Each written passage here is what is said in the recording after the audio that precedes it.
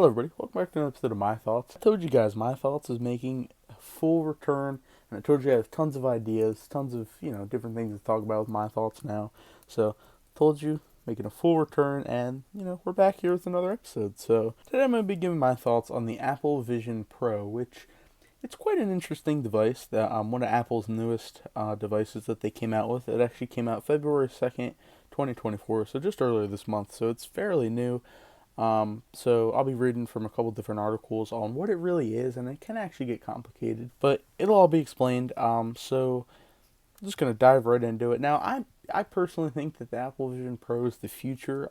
It's like a very futuristic device. Now, it may sound a little bit over dramatic when I say that, but it really is. I mean, it's very quite the interesting device that Apple has come out with, and it's kind of like you have to actually have it and experience what it is to kind of see. Um, how it really is, if that makes sense. But we're just going to get right into it. So, the Apple Vision Pro is a mixed reality headset developed by Apple Incorporated.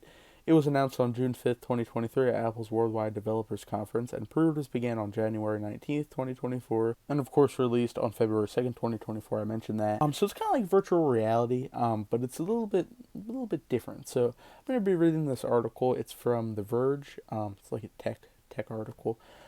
So there's a lot of pressure on the new Apple Vision Pro. Apple's long-awaited entry into the world of computers you wear on your face. Apple claims that the Vision Pro, which starts at $3,400, which is insane. Actually, $3,500, which is it's like upwards of $4,000, which is insane to me. I mean, some cars are worth as much as like $4,000. Depending on what car you get. But certain cars are upwards of $4,000, so it's kind of crazy that like a virtual reality headset, which is kind of like what it is. We'll be getting more into the price and stuff and what I really think about it later on in this video. So we're just going to continue on with the article here. It's the beginning of something called spatial commuting, which Apple is what Apple calls it. It basically boils down into running apps all around you, and the company's ads for it. Do not hedge that pressure even a little. They show people wearing the Vision Pro all the time. At work, doing laundry, playing with their kids, the ambition is enormous. They layer apps and information over the real world to augment reality. So basically what it is, and this is kind of where it gets complicated. So unlike a virtual reality headset where it's kind of like you can't see anything, you can only see the game you're playing, like you can't see the real world. The Vision Pro, it's kind of like an iPhone setup type deal. So it's like an iPhone, but it's like, you know, augmented reality. So you could see what's in front of you, but it's like it's like a whirlwind of apps and different stuff you could do. So it's not like you're walking around blindly. Like you could see, it augments your reality, which basically means you could see, but also navigate with the different things on the Vision Pro. So that's kind of breaking it down here. But Apple has to claim that the Vision Pro is the beginning of something new because people have been building headset computers for over a decade now. I tried a development prototype for the first Oculus Rift in 2013, and by I, it means the person who's writing this article. And The Verge's Addy Robinson, who edited this review, has tried basically every headset that's been released since.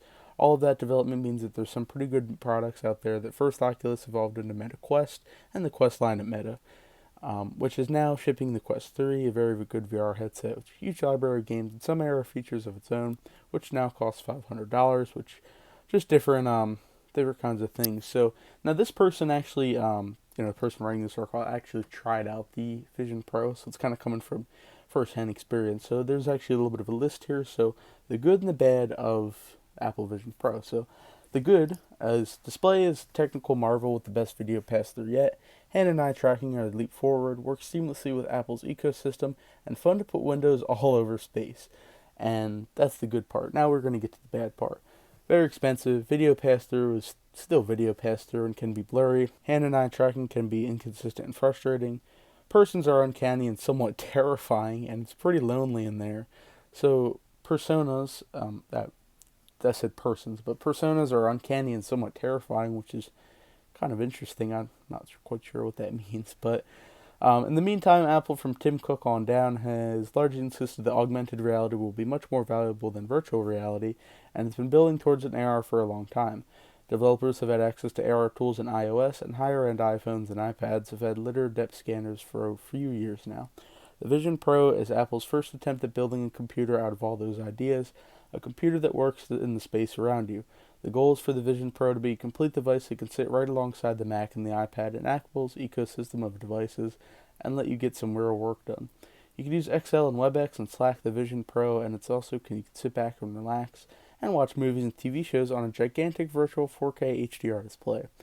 And you can mirror the Mac's display and just use the Vision Pro to look at a huge monitor floating in virtual space. Now we're actually going to go into the technicalities of the Vision Pro. So the front display of the Vision Pro is an attempt at keeping you from being isolated from other people while you're wearing it. In Apple's photos, it looks like a big bright screen that shows you a video of your eyes to people around you so they feel comfortable talking to you while you're wearing the headset. A feature adorably called EyeSight in the reality, it might not be there, but it's a low-res OLED with a lenticular panel. Sorry, there's some technical terms in here. In front of it to provide a mild 3D effect, and it's so dim that the cover glass is so reflective, it's actually hard to see in most normal to bright lighting. When people do see your eyes, it's a low-res, ghostly image of them that feels like CGI, and the effect is really uncanny. The idea that you'll be making the real eye contact with anyone is a fantasy, and there are no controls or indicators in Vision OS for this external display. So you really never know what other people are seeing. Imagine looking someone directly into their eyes and them knowing without they could see your eyes. But that cover glass hides a huge array of cameras and sensors. There's a pair of high-resolution front cameras for video pass-through cameras that face down and to the sides that track your hands, a lidar scanner, and true-depth cameras for spatial tracking, and infrared floodlights so everything can work in low light. Underneath all that, you've got an M2 processor, and Apple's new R1 spatial compressor, and a pair of fans to move the heat from all this tech out to the top. The fans were never perceptible during my time testing the Vision Pro. Once again, talking about the person who wrote this article. But the heat was after long sessions. The headset was definitely warm. On the top edge, you'll find what feel like larger versions of some familiar Apple Watch controls, a digital crown that adjusts both the volume and the level of virtual reality immersion. On the right, as you look through the headset, and a button on the left that lets you take 3D photos and videos. You get 2 headbands in the box, which also the solo knit band and the dual lip band, or loop band, I should say. They both attach and detach easily. You snap them right on, and then they pull the little orange tab to disconnect them. Solo band is unquestionably cooler and messes up your hair slightly less, but they both mess up your hair in the long run, pretty much. So, if the dual loop fits you better, just go with it. And I found that the solo loop much more comfortable. I also wish the mounting points were on the outside face, so I could pull the band around my head and clip instead of constantly pulling it over my hair. The other 2 pieces are Light Seal, which comes in various sizes, and the headband, which comes in 2 thickness. You get fitted for those in the store, or by scanning your head with an iPhone if you buy online. Both attach magnetically, it means they also detach magnetically. You want to pick this thing up with the frame because grabbing by the Light Seal can lead to disaster. If you have glasses, you can click in custom Zeiss lens inserts. Apple sent us reader lenses to see what process looks like, but I just like using the Vision Pro while wearing my soft contact lenses, and it's fine. And the Vision Pro speakers are housed in arms on the side, and they are really good and loud. So it sounds like they're actually, what's going on is actually happening, or they also appear to be happening. Which is a neat trick. Those speakers are pretty leaky, so everyone else around you can hear it. But you can use any Bluetooth headphones you want, but you get a bunch of extra features if you use the latest AirPods Pro, like the lower latency loses 8K HD audio, and Apple's adaptive audio system, which automatically mixes in sound from the real world as appropriate.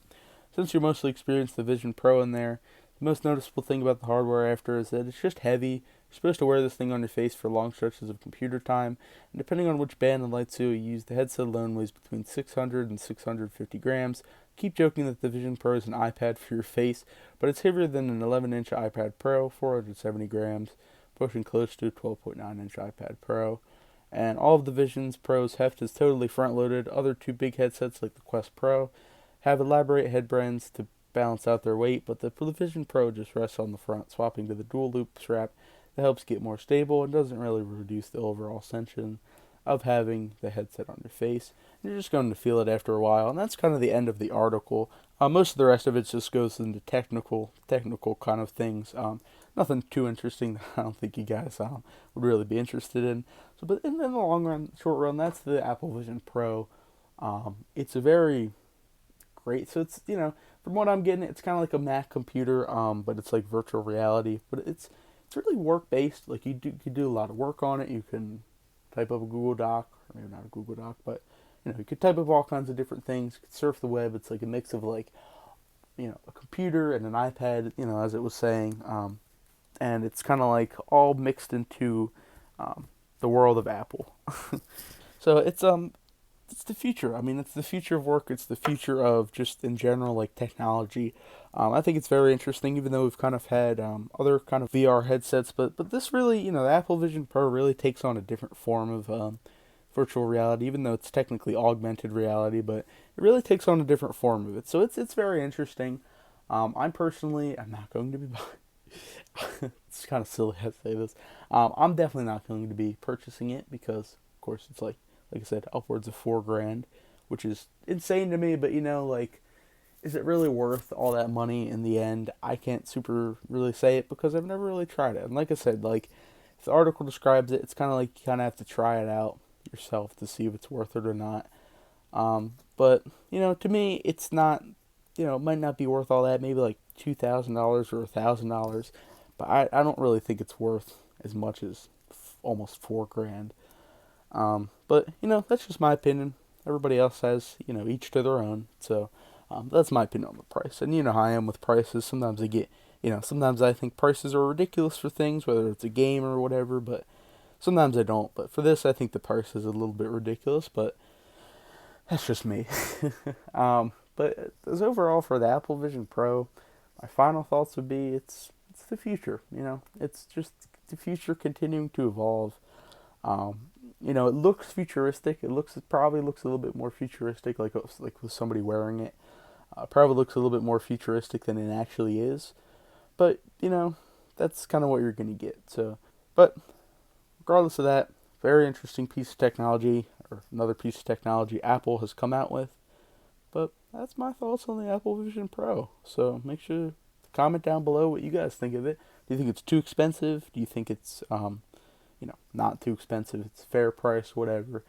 Do you think it's the future? Like, what do you think of it? Just comment down below everything you think about whatever it may be for the Apple Vision Pro. Let's discuss. But yeah, that'll pretty much wrap it up for today's episode of my thoughts. And like I said, I told you guys we're making this series have a full comeback. I have plenty of ideas, plenty of things to talk about for my thoughts. So I'm super excited. Becoming more stuff coming out in the next few weeks in terms of my thoughts. So, but with that being said, make sure to subscribe for more content, like we all good stuff. Discord, Twitch, Instagram, links in the description. And I'll see you guys in the next video.